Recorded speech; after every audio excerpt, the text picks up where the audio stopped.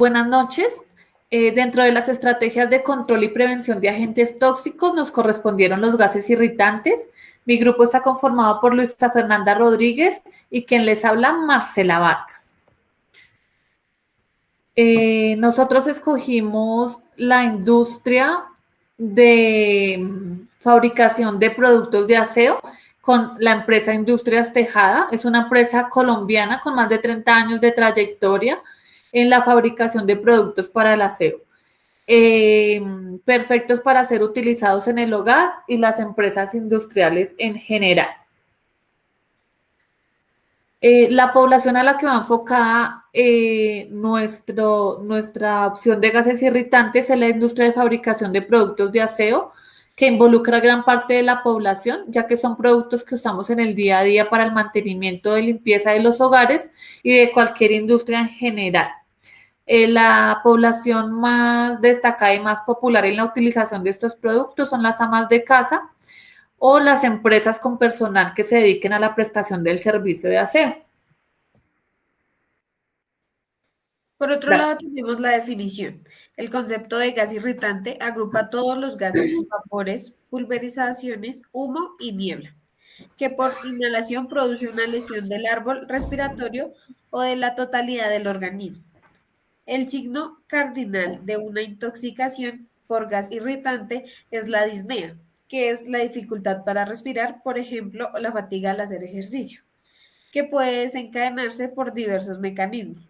Lesión directa de la mucosa del tracto respiratorio, toxicidad sistemática, que quiere decir efectos tóxicos provocados por la absorción y distribución de sustancias que afectan a todo el organismo.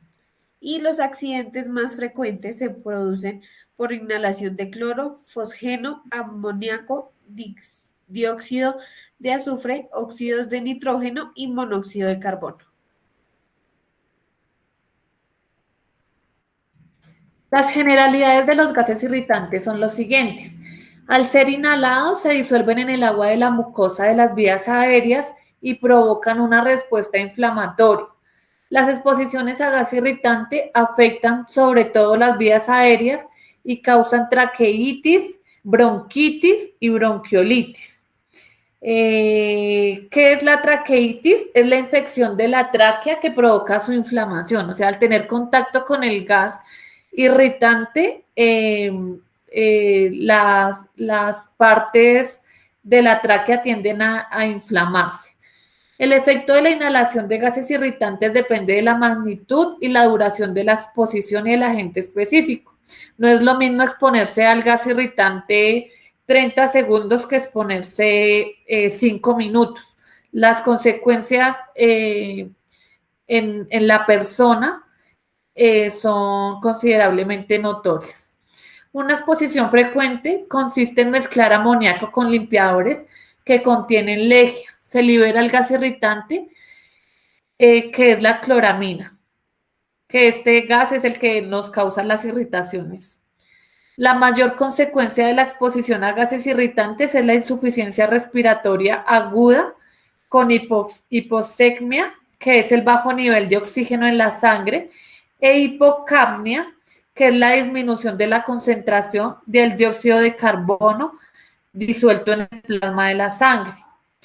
También está la cianosis, la taquipnea, la taquicardia, la sudoración y la palidez. Por otro lado, tenemos la clasificación, que son los irritantes primarios. Son aquellos cuya acción sobre el organismo es la irritación local. Por ejemplo, el amoníaco, ácido clorhídrico, ácido sulfúrico y formaldehído.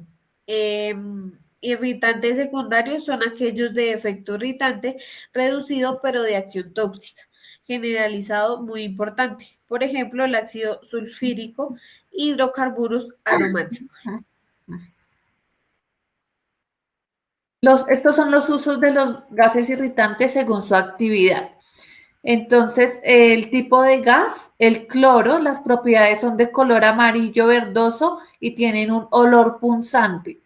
Su presentación se usa para la industria química, piscinas, productos de limpieza doméstica. Tenemos el fosgeno, que es incoloro, es de escaso olor. Se usan los gases de combustión y en la industria química. Tenemos también el amoníaco, que sus propiedades son incoloras y tiene un olor punzante. Se usa en la industria química, en la técnica del frío, productos de limpieza y abonos. También tenemos el dióxido de azufre. Sus propiedades son incoloras y tienen a tender un olor a huevos podridos. Se usa en la industria papelera, en la combustión de elementos fósiles energéticos colectores y en la estación depuradora. Y está el ácido sulfídrico, que tienen dentro de sus propiedades, al igual que el dióxido de azufre, una tendencia de olor a huevo podrido. A continuación tenemos la toxicidad. Tenemos el nivel de daño pulmonar, que es la vía aérea alta, que es tamaño de partículas, que serían 5 ppm, que son parte por minuto. La hidrosolubilidad es alta, ejemplo, el amoníaco.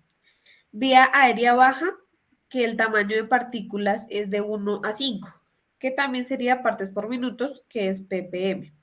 Y la hidrosolubilidad es moderada. El ejemplo, el cloro. Y vía aérea terminal es de 1 ppm, partículas por minuto. La hidrosolubilidad baja y el ejemplo son los vapores nitrosos. Cuanto mayor es el tamaño de las partículas del gas y mayor el grado de solubilidad, el agua mayor es el efecto y por consiguiente aumenta el daño sobre la vía aérea superior. Por contra, aquellos gases por hidrosolubles y con partículas pequeñas producirán el efecto en bronquios, terminales y alveolos. La toxicodinamia. Los gases irritantes solubles causan ardor intenso y otras manifestaciones de irritación en los ojos, la nariz, la garganta, la tráquea y los bronquios principales. Son frecuentes la tos marcada, la hipnotisis, las sibilancias, las arcadas y la disnea. Las vías aéreas superiores pueden quedar obstruidas por el edema, las secreciones o el laringoespasmo, que el laringoespasmo es la inflamación de las cuerdas bucales que dificultan respirar y hablar. La gravedad suele estar relacionada con la dosis. Los gases insolubles causan menos síntomas inmediatos, si bien pueden producir disnea o tos. Los pacientes con síndrome de dificultad respiratoria aguda empeoran la disnea y aumentan los requerimientos de oxígeno. Por otro lado, tenemos la toxicocinética, que es por vía de absorción, que es inhalatoria o digestiva. Distribución, que los gases más hidrosolubles, por ejemplo, el cloro, amoníaco, dióxido de azufre, cloruro de magnesio o de hidrógeno, se disuelven en las vías aéreas y causan de inmediato irritación de la mucosa. Y tenemos por eliminación, que es vómito y diarrea.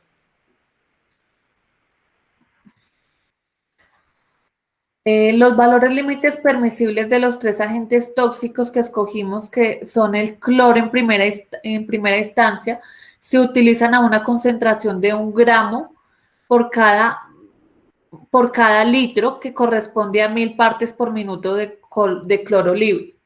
En caso de salpicadura de sangre o en presencia de materia orgánica en cantidad apreciable, se recurre a una solución más concentrada de 10 gramos por litro, que son 10.000 partes por minuto de cloro libre. También tenemos el amoníaco. El amoníaco es de 50 partes por minuto como promedio durante una jornada de 8 horas de trabajo y de 25 partes por minuto como promedio durante una jornada de 10 horas. 35 partes por minuto, que nunca debe excederse durante ningún periodo de trabajo de 15 minutos. Y tenemos el dióxido de azufre, lo cual lo establece la resolución 610 del 2010, que el límite máximo permitible anual a condiciones de referencia para dióxido de azufre se sitúa entre los 80 gramos por metro cúbico. Entre tanto que la resolución 2254 no considera este parámetro con respecto a un periodo de exposición anual. Por otro lado, los agentes tóxicos que escogimos fue el cloro, que es Cl. Este es activo en contra de la mayoría de microorganismos incluidas las esporas bacterianas, y puede ser usado para desinfectar o higienizar según su concentración. Por otro lado, también tenemos el dióxido de azufre, CO2. Se puede usar como conservante reductor, desinfectante, fabricación de productos de limpieza, detergente y jabones. Por otro lado, también tenemos el amoníaco, que es NH3. Su derivado hidróxido de amonio es lo que utilizamos diariamente en las tareas de limpieza. Tiene propiedades como desengrasante y quitamanchas. Se utiliza como para limpiar hogar diluido en agua. Los controles de exposición son los siguientes. En la fase aguda se tiene que retirar al personal que está expuesto a los gases. Todo paciente con síntomas respiratorios después de la inhalación tóxica debe ser observado médicamente durante 24 horas. Después de lograr el control de la fase aguda, los médicos deben mantenerse alertas al desarrollo del síndrome de disfunción reactiva de las vías aéreas, bronquiolitis obliterante con neumonía organizada o sin ella, fibrosis pulmonar, que se produce cuando el tejido pulmonar se daña y se producen cicatrices, y el síndrome de dificultad respiratoria aguda de comienzo tardío. Por otro lado, tenemos el control de exposición, que es fase crónica. La exposición continua o intermitente a bajos niveles de gases irritantes o vapores químicos puede llevar a la bronquitis crónica. Que la bronquitis es la inflamación de reabastecimiento de los productos bronquiales que transportan el aire dentro y fuera de los pulmones. Aunque es muy difícil de justificar la importancia de esta exposición en los fumadores. La exposición inhalatoria crónica a algunos agentes causa cáncer de pulmón y de otros tipos, angiosarcomas hepáticos después de la exposición al monómero cloruro de vinilo.